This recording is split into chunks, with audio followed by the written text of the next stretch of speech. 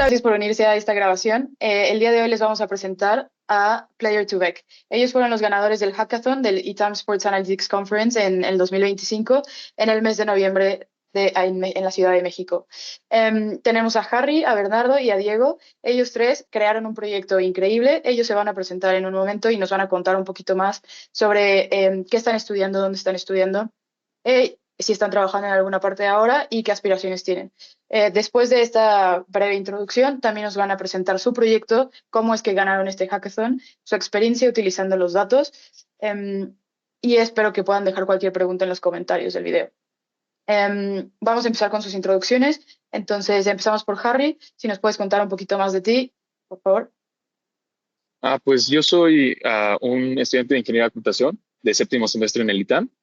Ah, un poco de experiencia, llevo trabajando en Natural Language Processing, NLP, ya como unos 2, 3 años como investigador en varios diferentes proyectos multidisciplinarios. Soy coordinador del área de computación en Makers. Aquí es una organización estudiantil aquí en el ITAM.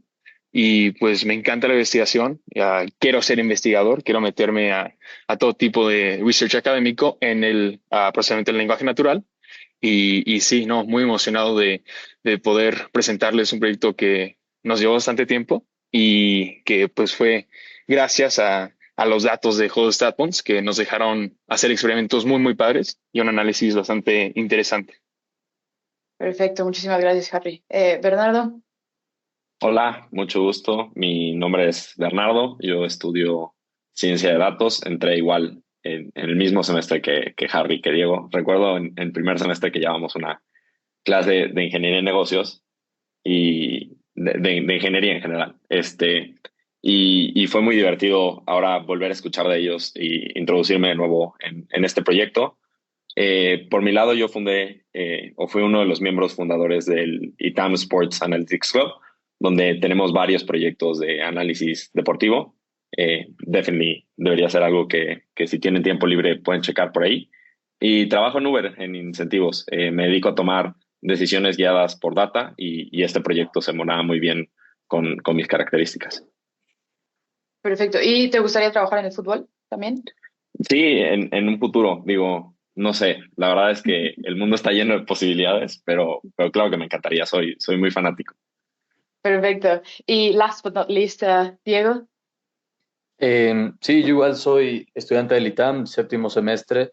Yo estudio ciencia de datos e ingeniería de negocios y ya llevo más de un año de experiencia profesional. Estaba en Didi, apoyándolos en la parte de BI con todos los datos, a los diferentes, digamos, departamentos y secciones como tal. Y ahorita estoy trabajando como en una startup llamado Arkham, que se dedica al procesamiento de datos y a llevar todo esto. De hecho, uno de nuestros clientes es el Club América y yo estoy de parte de implementación a clientes en el área de AI Forward Deployment.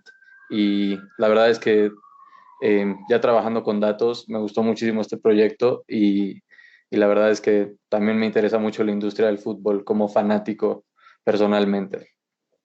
Perfecto. Muchísimas gracias. Bienvenidos a los tres. Otra vez, de nuevo, muchas gracias por todo el trabajo que hicieron con nuestros datos. Sé que fue poco tiempo para que trabajaran en un proyecto como el que lo hicieron. En un segundo nos vamos a meter de lleno al proyecto, pero tengo un poco de preguntas antes de empezar. Em, y ustedes pueden escoger quién las contesta, pero ¿cómo fue trabajar con los datos de StatRom? Al final, ¿cuánto tiempo tuvieron para trabajar con ellos? ¿Trabajaron con ellos a través de la API? Y sí, ¿cuál fue su experiencia? ¿Qué les gustó? ¿Qué puede ser que quisieran mejorar de alguna manera? ¿Y qué le recomiendan a esa gente que, bueno, tenemos los datos abiertos, que son más limitados a lo que ustedes tuvieron acceso, que ahorita nos dicen a qué tuvieron acceso? ¿Y qué recomiendan que se juegue con ellos? ¿Qué palabras pueden decir por ahí también? Pues para empezar, esto no sería posible sin esos datos. La verdad es que el detalle que nos da Huddle en términos de dónde se tiró un tiro o dónde se hizo el pase, con qué como precisión podemos hacerlo. Hay una cantidad de granularidad en estos datos que hace proyectos como estos posibles Pues es increíble. Hemos usado, el año pasado igual fuimos parte del hackathon, yo fui parte del hackathon con equipo y ahí usamos los datos abiertos. Y hasta los datos abiertos tienen una cantidad de información que dejan hacer análisis muy padres desde tu casa. Yo los descargo, así agarro esa base de datos grande para hacer los entrenamientos, pero se pueden usar muy fácilmente con el API y pues sí, en términos de diferencia de los datos abiertos y los que tuvimos nosotros. Tuvimos un alcance mucho más enfocado en una liga. Tuvimos, creo que, 4 años de una liga en específico y eso nos dejó, pues, proyectar esas diferentes trayectorias de un jugador en específico a un nivel más grande que no te dan esos datos abiertos, dado que, pues, es un año o son copas específicas, pero muy, muy padre y muy agradecidos de poder tocar estos datos. No sé si alguien más quiera comentar algo. Sí, inclusive ya con los datos completos, el tener acceso no solo a más años, sino igualmente a más ligas que nosotros no tuvimos, digamos, en esta competencia, pero permitiría llevar el análisis y la implementación de nuestro proyecto a una escala global, básicamente. Entonces, la verdad, los datos libres, que son una temporada y así, permiten entender muy bien el posicionamiento de la liga en un periodo de tiempo, pero el tener acceso a los datos completos nos ayuda a realizar análisis que se pueden implementar de manera mucho mejor en nuestro día a día y creemos que eso es algo que logramos hacer con nuestro proyecto. Perfecto, mil gracias. Antes de empezar con la presentación, quiero decirle a todos los que nos están viendo que el ITAM ya ha hecho este hackathon, creo que por tres años anteriormente, utilizando los datos libres de StatsBomb. Este año formamos una colaboración firmada junto con el Club América, que también fue parte del hackathon, donde hubo más de 400 inscritos, creo que hubo más de 100 proyectos, al final fueron 5 los finalistas y Player to Back fueron los ganadores de todos estos proyectos que se vieron. La verdad, la calidad de los proyectos fue muy buena.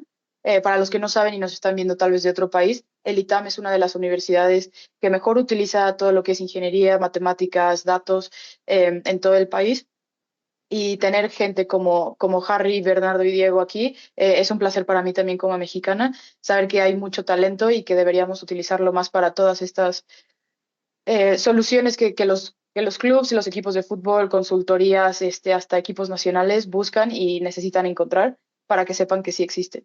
Entonces, con esa pequeña introducción, los dejo que presenten. Les presento el proyecto de Player to Back con el que ganaron el hackathon del ITAM Sports Analytics Conference 2025. Muchas gracias, Marta. Bueno, empezamos entonces de una vez. Nosotros somos Player to Back, como ya dijimos, y podemos empezar. Primero que nada, esta es nuestra tabla de contenido. Nuestro proyecto se va enfocado en el contexto detrás de las jugadas, en tratar de recrear este lado que normalmente los datos no representan bien. Por ejemplo, estos 2 goles. En sí se parecen mucho en términos de estadística porque tienen .7 de expected goal, fueron los dos en unos juegos de una competencia doméstica y el equipo que anotó el gol ya estaba ganando antes del gol. Entonces, digamos que se parecen mucho tan solo en términos de números. Sin embargo, uno es el muy conocido gol de Ankara Messi, donde digamos que dribló a medio equipo y después acabó con un remate cerca del arco. Y el segundo gol es el igual mítico gol de Chicharito Hernández en frente de la portería con el Manchester United, donde pegó, estaba la portería casi vacía, rebotó en su cara y entró otra vez el gol. Entonces, lo que nosotros queremos decir es que se pierde muchísimo contexto en estos números. Y no solo los contextos de cada gol, sino los contextos de cada uno de los jugadores. Las estadísticas no lo son todo. Por ejemplo, Chicharito, que es un 9 clásico de toda la vida, juega normalmente cerca a la portería, hace goles dentro del área y normalmente solo requiere de 1 o 2 toques antes de patear para convertirlo en gol. Sin embargo, Messi, como lo conocemos, es de posesiones más largas, de correr por la cancha, de armar jugadas y sin embargo las estadísticas lo representarían de la misma manera. Estos 2 goles son iguales, inclusive si nosotros viéndolos los vemos como los más diferentes. Y precisamente esa diferencia en el contexto es lo que queremos explorar. Sí, claro que los stats ayudan, pero pues no son toda la historia y ya llevamos varios años desarrollando y usando procesos cuantitativos un poquito más complejos como el XG, el XT y el OBV para pues poder separar estos jugadores. Pero al final del día, un scout aplica un proceso bastante holístico que involucra analizar a detalle el contexto de cómo metimos esos goles, cómo se metieron esos pases o pues todas estas diferentes cualidades que resaltan la diferencia en los jugadores. Y pues esto es lo que queremos apoyar. El scout entiende el lenguaje del fútbol y puede pues discernir a esos dos tipos de jugadores, viendo los partidos, analizándolos con su propio entendimiento. Y pues queremos un método que pueda crear representaciones geométricas que sí tengan significado y separen a jugadores como Ibáñez y Henry Martin, que aunque tengan en estados superficiales casi los mismos goles, se representen de maneras muy diferentes con vectores y números para poder entender un poco más ese lenguaje geométrico del fútbol. Y pues entonces, ¿cómo se logra esto? ¿Cómo lo podemos lograr? Y nos partimos de una idea del pues lenguaje natural. Volteamos un poquito a esas técnicas que están son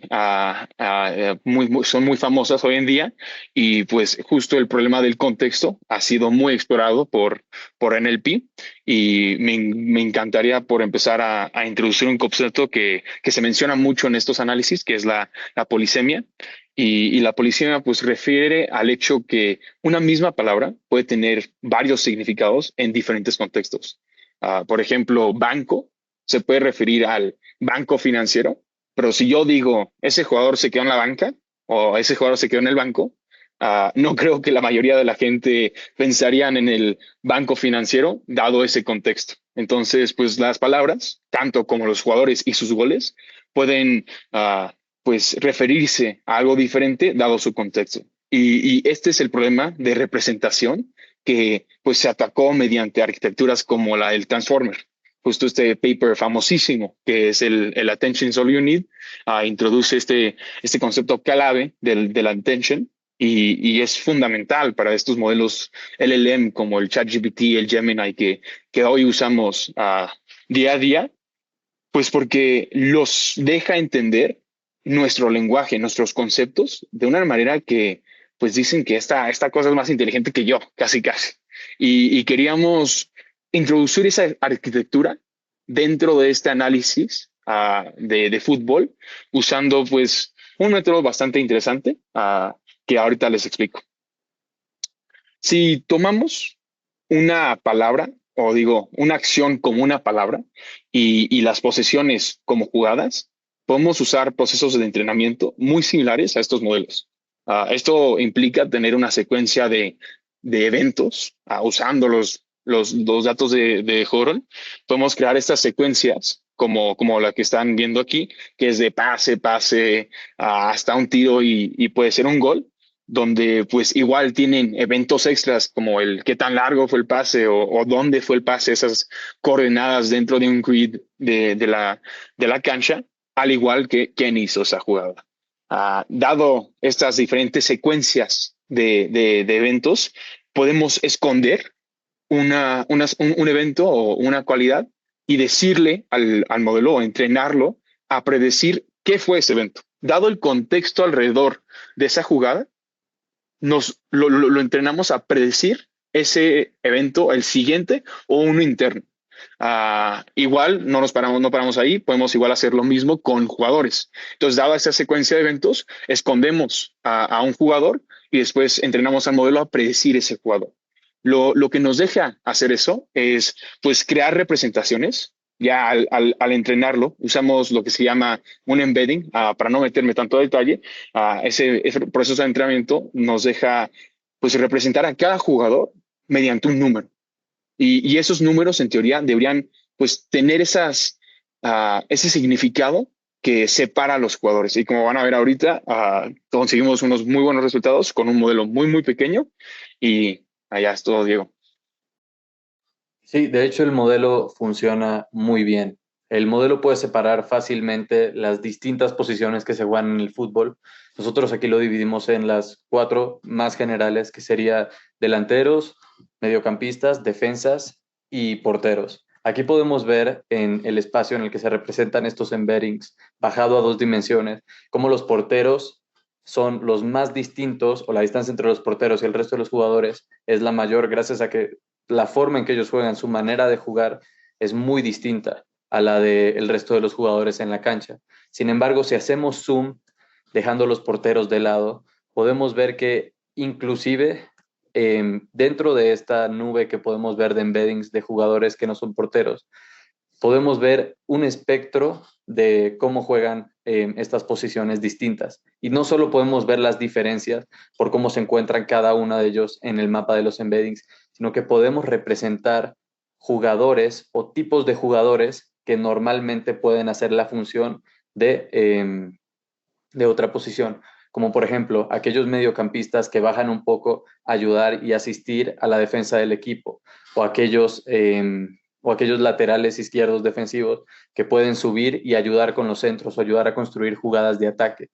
Digamos que inclusive dentro de estas separaciones que podemos encontrar en las posiciones, hay algunas cosas que sí tienen en común estos jugadores y sabemos por eso que es que se puede representar bien el estilo de juego individual de cada uno y no solo quedarnos en si uno es defensa, si otro es mediocampo, si otro es delantero. Digamos que el contexto lo tenemos muy bien redondeado acá y así podemos, digamos, hacer estos embeddings que los representan muy bien.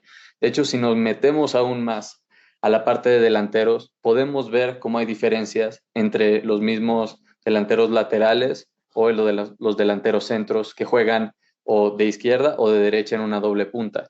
En la parte derecha de estos embeddings podemos ver que están los right wing y los left wing, digamos los atacantes laterales de derecha e izquierda. Y a la izquierda podemos ver aquellos que son un 9 más tradicional, digamos que juegan en el centro y si es de doble punta también los podemos ver ahí. Digamos que los comportamientos distintivos sí los puede sacar el modelo y por eso estamos seguros de que el contexto sí ayuda a separarlos, inclusive a analizar cómo juegan.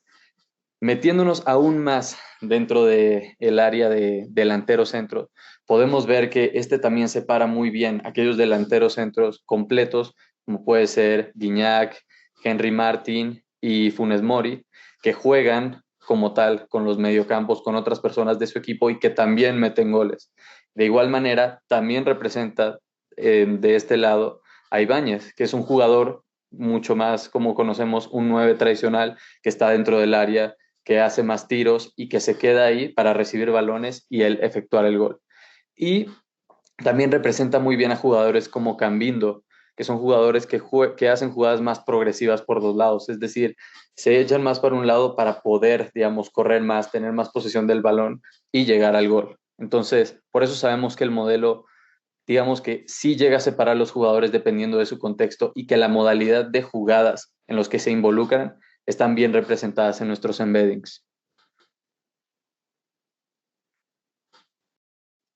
Otro de los puntos clave que tomamos en cuenta a la hora de hacer el análisis post del modelo fue entender cómo un jugador cambia a través del tiempo. Y esto fue posible gracias a los datos de StatsBomb, que pudimos representar cómo un jugador se comportaba a través de las temporadas.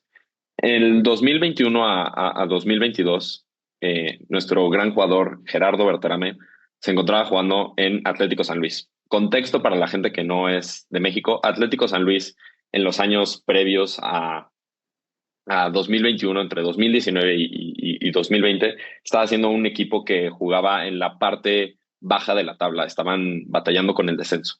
Y en estas dos temporadas, el Atlético de San Luis logró colarse a la liguilla, que es entre los 8 mejores equipos de México.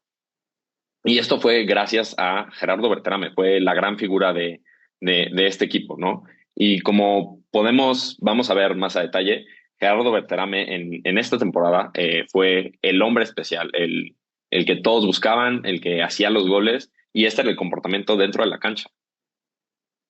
Esto logró que en 2022 fichara con Monterrey. Monterrey es uno de los equipos con mayor presencia dentro de México, es un equipo del que se espera que esté ganando campeonatos o que al menos se meta en semifinales y que en el panorama internacional esté compitiendo a un muy alto nivel. Y podemos ver que el comportamiento de Gerardo Berterame de 2021 a 2022 al 2023, al 2022 a 2023 cambia por completo. Y esto sucede no solo por el shift en el equipo, sino que está jugando detrás de Rogelio Funes Mori, que es el máximo anotador para Monterrey, una figura histórica y el hombre principal. Entonces, lo que era Berterame para San Luis en San Luis, Funes Mori es en Monterrey. Entonces, tiene que jugar en un rol de muchísimo más soporte y entrar a estas acciones desde otro plantel. Ahora, en 2023, Funes Mori se va a Pumas. Entonces, Berterame recupera como ese estilo que tenía previo en San Luis y en 2024-2025 se acerca más a ese Berterame de San Luis que recordábamos, al de 2022, donde jugaba en un papel más de apoyo.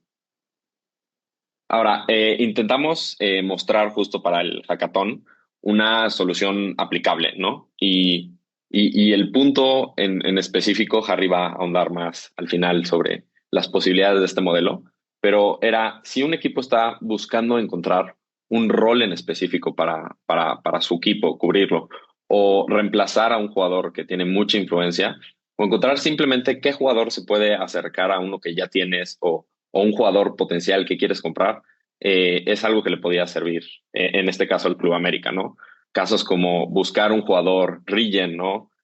Quiero un André Pierre Gignac, pero más joven, o un Fidalgo que tenga más defensa. Todos estos tipos de combinaciones las consideramos para nuestra solución aplicada, ¿no? Entonces, acá les mostramos un ejemplo, ¿no? Tenemos a Richard Sánchez, que juega en el América durante las temporadas de 2022-2023, y en el eje de las X medimos la similaridad que tenía Richard con otros jugadores y en el eje de las Y medíamos las intercepciones hechas en 90 minutos. Entonces, si el América estuviera buscando reemplazar a Richard Sánchez con un jugador que tuviera más impacto defensivo, pues estaría buscando dentro de la categoría roja, ¿no? Hicimos un dash donde las personas podían buscar jugadores dependiendo a otras características similares como goles o veto a saber, las posibilidades son infinitas. Pero si el América estuviera buscando a un jugador, buscaría dentro de esta caja roja, ¿no? Y para no sorpresa de nadie, una temporada después, Eric Sánchez ficha por el América y Richard Sánchez eventualmente deja el Club América, ¿no? Entonces, este tipo de cuestiones son interesantes porque Eric Sánchez adecuó muy bien al planteamiento que tenía el América y es justamente por lo que mencionábamos, ¿no? En el contexto de Eric Sánchez y de Richard Sánchez era muy general y muy similar y a la hora de llegar se adecua muy bien porque el estilo de juego es muy similar.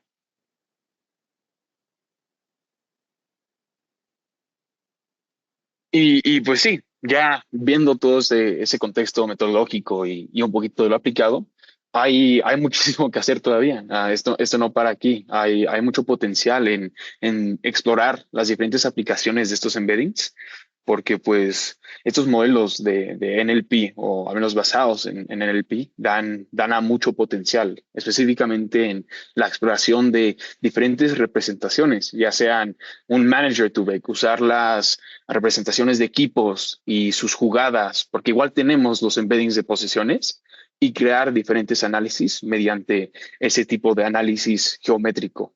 Igual, no, pues hay muchísimo que hacer dentro de nuestra metodología, usar más datos. Nuestro modelo es de 12 millones de parámetros. Si comparas eso a los modelos como ChatGPT, que tienen trillones casi, es diminuto. Lo corrí con una home computer. Entonces, pues incrementar la cantidad de procesamiento que le daría más precisión y más representación real a estos resultados. Y pues sí, de ahí sería todo de nosotros. Estamos muy emocionados a continuar con este proyecto y aquí está pues el QR del dashboard que hicimos. Es un poquito para explorar los resultados, los embeddings, y muchas gracias por escucharnos.